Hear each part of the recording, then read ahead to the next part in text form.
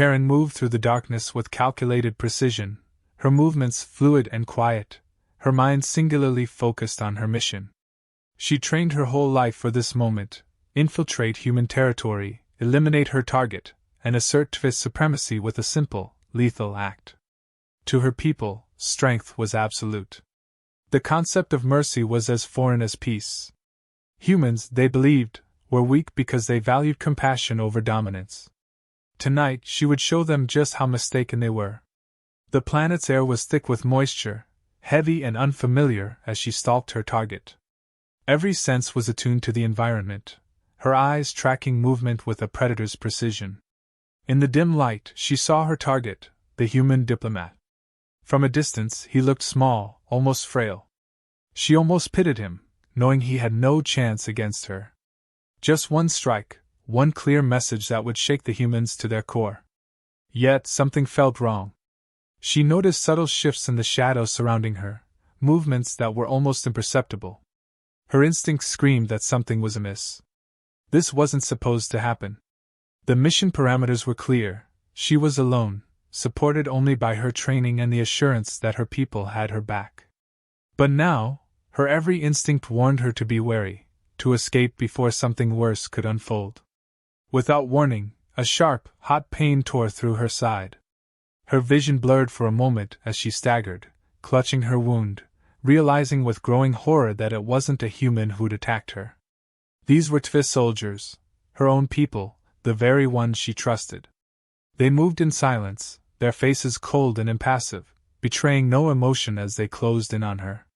The realization struck her harder than any physical blow: she was their target, and she had been from the start.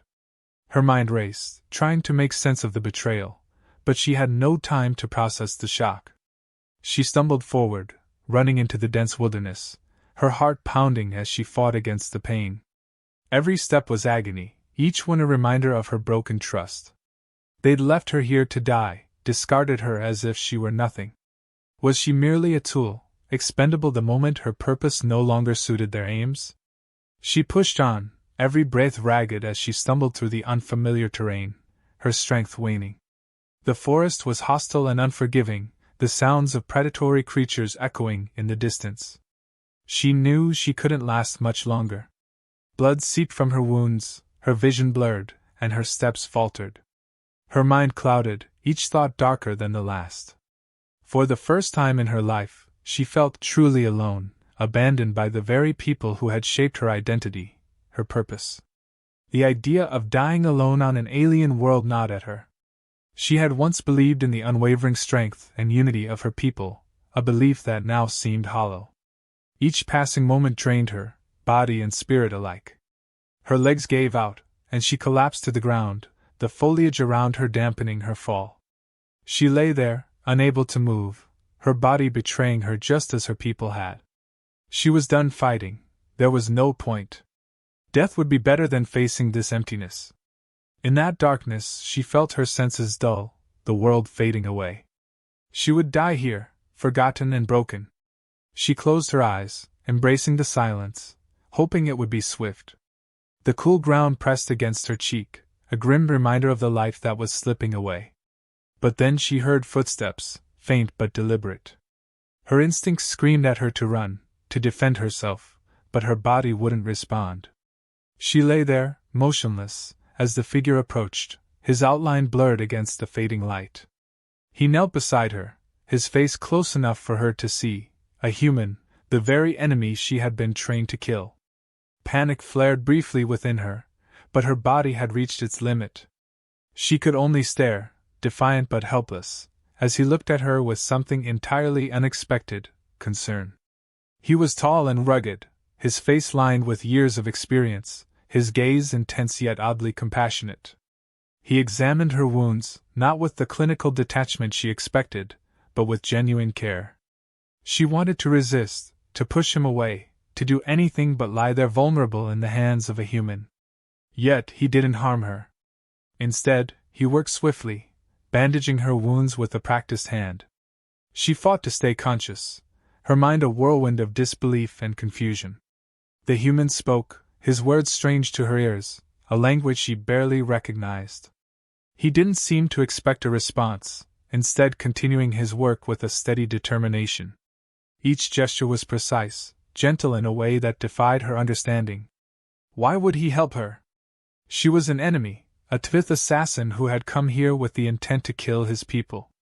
Yet, as he lifted her carefully, cradling her battered body as though she were something fragile, she felt an odd stirring within her, a mixture of anger, shame, and something else she couldn't quite identify.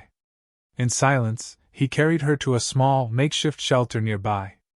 She was too weak to resist, too bewildered to speak. The betrayal she had suffered weighed heavily on her, yet this human's unexpected kindness filled her with an even deeper confusion. She wanted to hate him, to despise his compassion, yet every time she looked into his eyes she saw something her own people had never shown her: empathy. He set her down gently and began tending to her wounds more thoroughly. She tried to hold on to her anger, to remember the purpose that had driven her here. But as the warmth of the shelter wrapped around her, the exhaustion took over, pulling her into a deep, restless sleep. When she awoke, the human was still there, his figure silhouetted against the dim light. He looked up as she stirred, offering her a small nod of acknowledgement. She met his gaze, and for a fleeting moment she felt something akin to safety, a feeling she'd long forgotten. She remembered her training, the values instilled in her about human weakness and Tvith's superiority. But lying there, weakened and vulnerable, she began to question everything she had been taught. Her silence was met with his patience. He offered her food and water, gesturing gently, encouraging her to eat. She eyed him suspiciously, her mind torn between gratitude and defiance. She had been raised to view such acts as manipulative, weak, even dishonorable. But here he was, a human, offering her sustenance without condition or expectation. The contradiction gnawed at her, making her question whether her beliefs were as solid as she'd once thought. As the days passed, she grew stronger under his care, yet with each small kindness he extended, her confusion deepened. Why would he risk his own safety for her, a Tvith? Her people would never show such mercy, especially not to a stranger, let alone an enemy. In her world, compassion was seen as a flaw, a weakness to be eradicated. But with each act of care, she saw strength in this human's actions, a resilience that defied her understanding. Her distrust lingered, yet her defenses began to crumble under his quiet, unwavering kindness. Each day brought new questions, and for the first time in her life, Karen felt the foundations of her identity begin to shift. She was no longer the unyielding Tvith warrior she once believed herself to be. In the warmth of his shelter, under his quiet protection, she faced the truths she had long denied.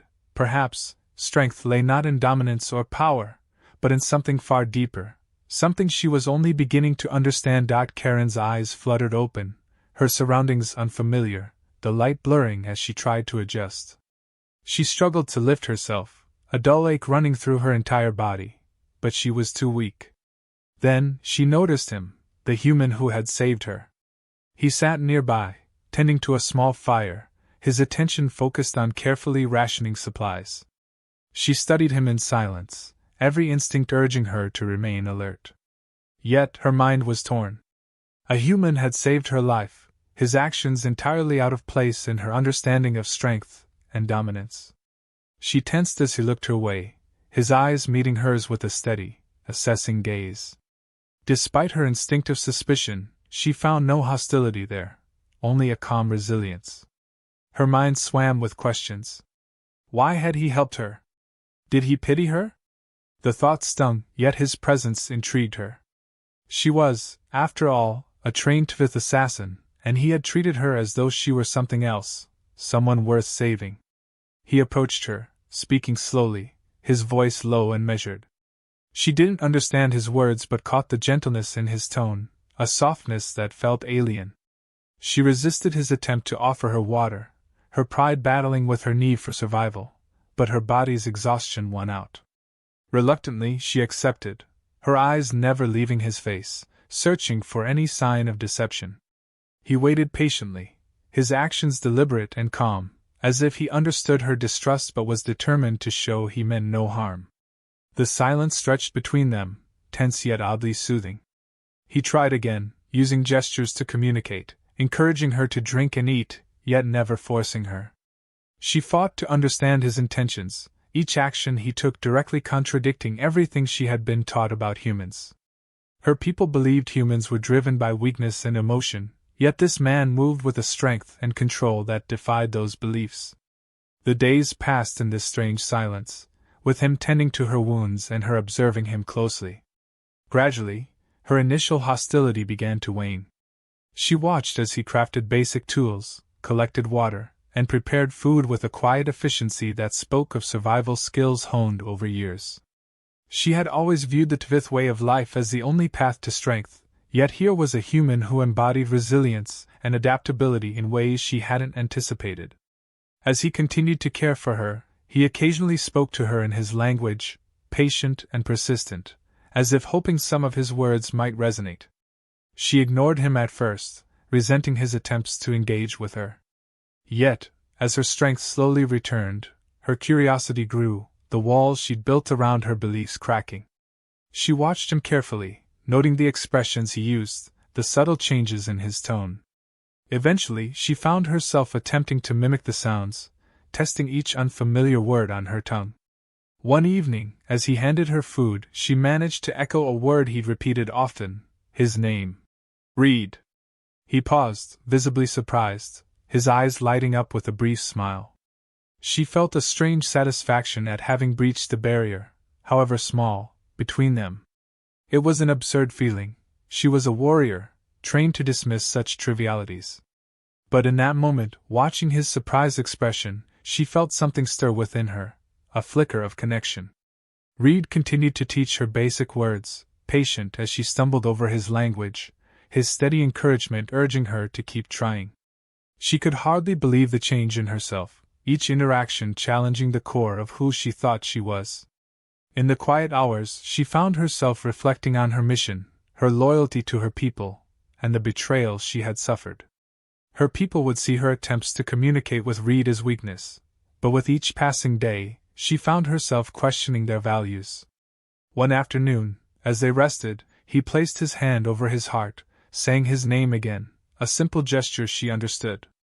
Reluctantly, she placed her hand over her own chest, her voice barely above a whisper as she spoke. Karen. The word felt foreign and intimate, revealing a part of herself she had long buried beneath her allegiance to the Tvith. Reed acknowledged her name with a respectful nod, his gaze filled with a kindness that unsettled her. It was a kindness that reminded her of everything she had dismissed as irrelevant or weak. The more she observed him, the more she saw that his strength wasn't something he needed to display. It was subtle yet unmistakable, woven into his every action. He wasn't driven by dominance or superiority, but rather a quiet resilience, a determination to survive and help others survive. She wondered if this was what humans meant by compassion, a concept she had once dismissed as foolish but was beginning to view as something far deeper. On an evening when the silence felt almost companionable, she hesitated, then gestured toward her injuries, trying to convey her confusion. Reed seemed to understand, his response a mixture of words she barely grasped, and gestures that conveyed empathy and respect. He didn't see her as an enemy or a threat, merely someone in need of help. The idea unsettled her, forcing her to confront a reality she'd spent her life avoiding. In his presence, she couldn't help but confront her vulnerability, her limitations, and her growing doubts about her people's beliefs. She had always viewed her loyalty to the Tvith as absolute, yet here she was, seeking understanding from a human. It was unthinkable, yet undeniable. Reed's quiet resilience, his willingness to help despite knowing she was an enemy, challenged everything she thought she knew about strength and loyalty. Her instincts told her to be wary, but her growing respect for him kept her rooted, observing and learning. He had offered her no grand speeches or declarations of humanity's superiority, only simple, tangible acts of kindness. And though her pride fought it, she couldn't deny the impact he was having on her view of strength. Could it be that real strength lay not in asserting dominance but in the ability to connect, even with those who were different? In the quiet moments they shared, Karen felt herself softening, a reluctant acceptance taking root. Reed's kindness had torn down the walls she'd spent her life building, walls that protected her from doubt and vulnerability. Now they seemed hollow, her old beliefs wavering in the face of Reed's quiet compassion. She found herself questioning, wondering if everything she'd once believed about humans, and herself, was wrong. As they sat by the fire that night, Reed handed her a piece of food, a gesture that had become familiar yet held a new significance. She accepted it, meeting his gaze with an unspoken gratitude she hadn't known she could feel for a human. In the dim light, his features softened, his calm presence a comfort she hadn't anticipated. The distance between them, once insurmountable, now felt like something she might actually be able to bridge. Karen realized that she wasn't merely recovering from her injuries. She was healing in a way that went far beyond her physical wounds. Reed's quiet, persistent care had given her something she had never anticipated, a glimpse into a different kind of strength, one that had the power to transform not only herself but perhaps the world she had once vowed to change through force alone. The silence had settled comfortably between them as Karen continued to regain her strength. Each day, she felt her energy returning, a quiet, steady recovery that made her acutely aware of the human's role in her survival. Reed's patience and resilience never wavered, and she found herself marveling at his ability to adapt to the unknown, an attribute her people had always deemed weak in humans. Despite her doubts, she had come to rely on him, trusting his quiet strength as her own reserves rebuilt. One evening, as the air grew heavy with the hum of the night, a sudden rustling shattered their peace. Her instincts kicked in immediately, her senses heightened as she scanned the darkness. Reed was already moving, his hand on his weapon, his gaze focused, calm but alert. She recognized the look in his eyes, the stance of someone who had faced danger many times. Whatever approach was powerful, the vibrations of its footsteps reverberating through the ground beneath her. Reed's hand moved, a signal to stay low, his silent communication clear and precise. She complied, her mind racing as the creature's shape emerged, a hulking, monstrous figure with eyes that glinted like molten steel. The creature snarled, and without hesitation, Reed sprang into action. His movements were calculated, each step drawing the creature's attention away from her, an attempt to divert its focus. She watched, torn between helping him and acknowledging her limitations. Reed's courage was undeniable, his actions a testament to his determination to protect her. It stirred something unfamiliar within her, a sense of duty that went beyond her mission, beyond her past. Unable to stand by, she mustered her strength and joined the fight, her body protesting but her resolve firm. Together they moved as a unit, their actions instinctively aligned despite their differences. Reed's combat style was fluid, a dance of efficiency and strength, each strike aimed with precision. She recognized his tactics, the underlying discipline honed over years, and respected him for it. Her own training kicked in, her reflexes sharp, but she couldn't ignore the realization that her strength had limits here. Reed's actions filled the gaps, his movements complementing hers in a way that felt natural, as if they had been allies rather than enemies all along. The battle wore on, each strike met with fierce resistance from the creature. She found herself relying on Reed's strategy, trusting his decisions as he led the fight. It was strange, unsettling even, but there was a sense of unity in their efforts, a connection she had never felt with her own kind. His presence was steady, unwavering, a constant in the chaos, and for the first time, she felt what it meant to depend on someone else without feeling weak. They were surviving together, each move a silent testament to their growing bond, and it was powerful in a way that shook her deeply. When the creature finally collapsed, defeated, they both stood in silence, catching their breaths. Her body ached, the exhaustion settling into her bones, but the adrenaline kept her alert. Reed glanced at her, a nod of acknowledgement that carried an unspoken respect. She met his gaze, and for a brief moment she allowed herself to feel pride, not in her strength alone, but in their shared victory, in the unity of two beings who had once been enemies. The realization was humbling, a reminder that strength wasn't defined by domination alone. The aftermath brought a quiet sense of relief, a moment where the tension lifted, leaving only the lingering respect between them. Reed checked her wounds, his hands gentle as he inspected the bruises and cuts from the fight. She found herself studying his face, noting the lines of experience etched into his features, a reminder that he, too, had faced his own battles, his own losses. His resilience was something she had dismissed as irrelevant, but now, she saw it as a core part of his strength. In the quiet, she reflected on the experience, her thoughts turning to her people's values. They had always believed that strength came from loyalty to one's own kind, from unyielding dominance over others. But this fight had proven something different. Strength could be found in unity, in trusting another despite the risks. Reed's willingness to protect her, to fight alongside her without hesitation, challenged her deeply held beliefs, exposing the flaws in her understanding of loyalty and power. As they settled back near the shelter, Reed offered her a drink, his expression calm but his gaze watchful.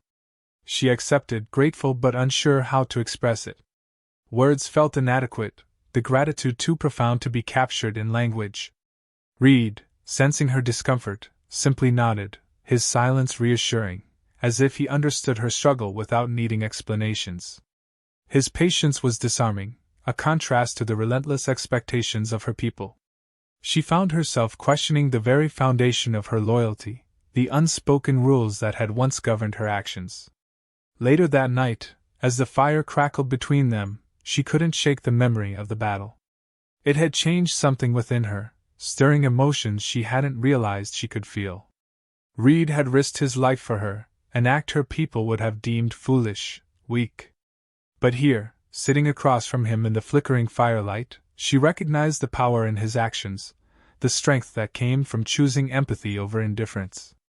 It was a concept she had never considered, an idea that seemed both foreign and essential. Reed spoke softly, his words a quiet murmur, as he recounted tales of his own past, battles fought, lives saved. She listened, absorbing each story, each memory, finding a strange comfort in the shared experience of survival. He didn't paint himself as a hero. His tone was humble, the stories woven with respect for those who had fought alongside him. His humility was another revelation, a reminder that true strength wasn't always visible, that sometimes it lay in the quiet moments, in the willingness to help others without seeking recognition. In the silence that followed, Karen felt a shift within herself, a loosening of the rigid beliefs she had held for so long. She realized that she had spent her life trying to prove herself, to be the strongest, the most loyal, to uphold the ideals of her people. But here, beside Reed, she saw that there was another way, a path that valued connection over power, empathy over dominance. It was a lesson her people would never teach, a truth that defied the strict codes she had once followed without question. As dawn approached, she found herself facing a choice, an unspoken decision that weighed heavily on her mind.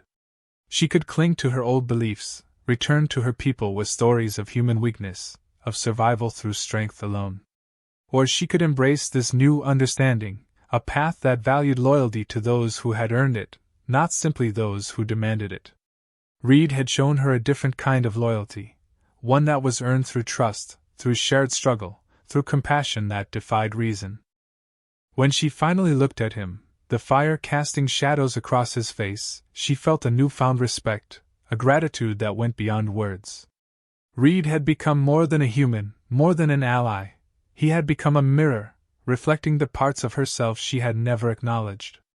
And in that reflection, she saw a version of herself she could respect, a person who valued strength not as a means of domination, but as a foundation for trust and unity. As the first light crept over the horizon, Karen knew her path had changed. She couldn't return to her people unchanged, couldn't uphold values she no longer believed in. Reed had shown her another way, and now, her loyalty was bound to a truth that went beyond her race, beyond her past. In this quiet dawn, she had found a new strength, a purpose that wasn't tied to obedience or superiority, but to the power of choice, the strength to walk a different path. The days passed in an uneasy peace, each one adding to the bond Karen hadn't realized she was building with Reed. Their quiet moments by the fire, the shared glances of understanding, and the simple acts of trust were reshaping her sense of loyalty. But as much as she felt the connection between them growing, a sense of foreboding lingered. She knew her people wouldn't let her betrayal go unanswered, and part of her couldn't shake the dread of what lay ahead. She wondered if her loyalty to Reed would be enough to stand against her own kind. That question was brutally answered one morning when the distant hum of Tvith transports shattered the silence. Karen's pulse quickened, her warrior instincts kicking in as she recognized the sound, a strike team.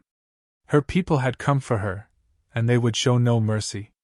Reed noticed her alarm, following her gaze to the horizon, his expression hardening as he understood. She felt a pang of regret, the weight of unspoken words between them pressing down. But she knew she had to act swiftly. They were outnumbered and outgunned. Reed looked at her with unwavering calm, a silent readiness to face whatever was coming. She wanted to tell him to run, to escape before it was too late, but she knew he wouldn't leave. Reed was a soldier, a survivor, but more than that, he was her friend. She hadn't realized the depth of that bond until now, when she stood on the brink of what could be her last battle. With a nod of understanding, he took up his weapon, preparing for a confrontation they both knew could end in bloodshed. As the strike team drew closer, her heart pounded, torn between two worlds. She'd been trained to fight, to uphold the supremacy of the Tvith, but here she was, standing shoulder to shoulder with a human, prepared to defend him against her own kind. The sight of the Tvith soldiers, their cold, expressionless faces familiar yet now strangely foreign, sent a chill through her. They were her people, her kin, yet she felt an overwhelming sense of alienation. Their presence didn't bring her a sense of belonging. Instead, it intensified her loyalty to Reed, to the humanity she had come to respect. The leader of the strike team, a tall, imposing figure, stepped forward, his gaze hard as it fell on her. His voice, sharp and unforgiving, cut through the air, his words laden with disdain. "Karen, your betrayal ends here. You have chosen weakness over loyalty, and you will face the consequences." The accusation hung between them, heavy with the weight of expectation. She'd been raised to believe that obedience was absolute, that loyalty meant following orders without question. But as she looked at Reed, who had risked his life to save hers, she felt a defiance well up within her, a quiet rebellion she hadn't realized had taken root. The soldiers raised their weapons, their stance signaling their intent. Karen's muscles tensed, every instinct urging her to fall back in line, to submit to her people's will.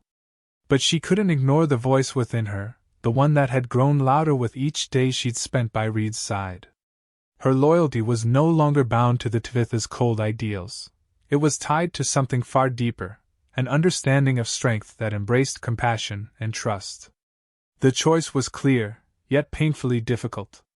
In one swift movement, she positioned herself in front of Reed, her stance protective, her gaze unwavering as she met the eyes of her former commander.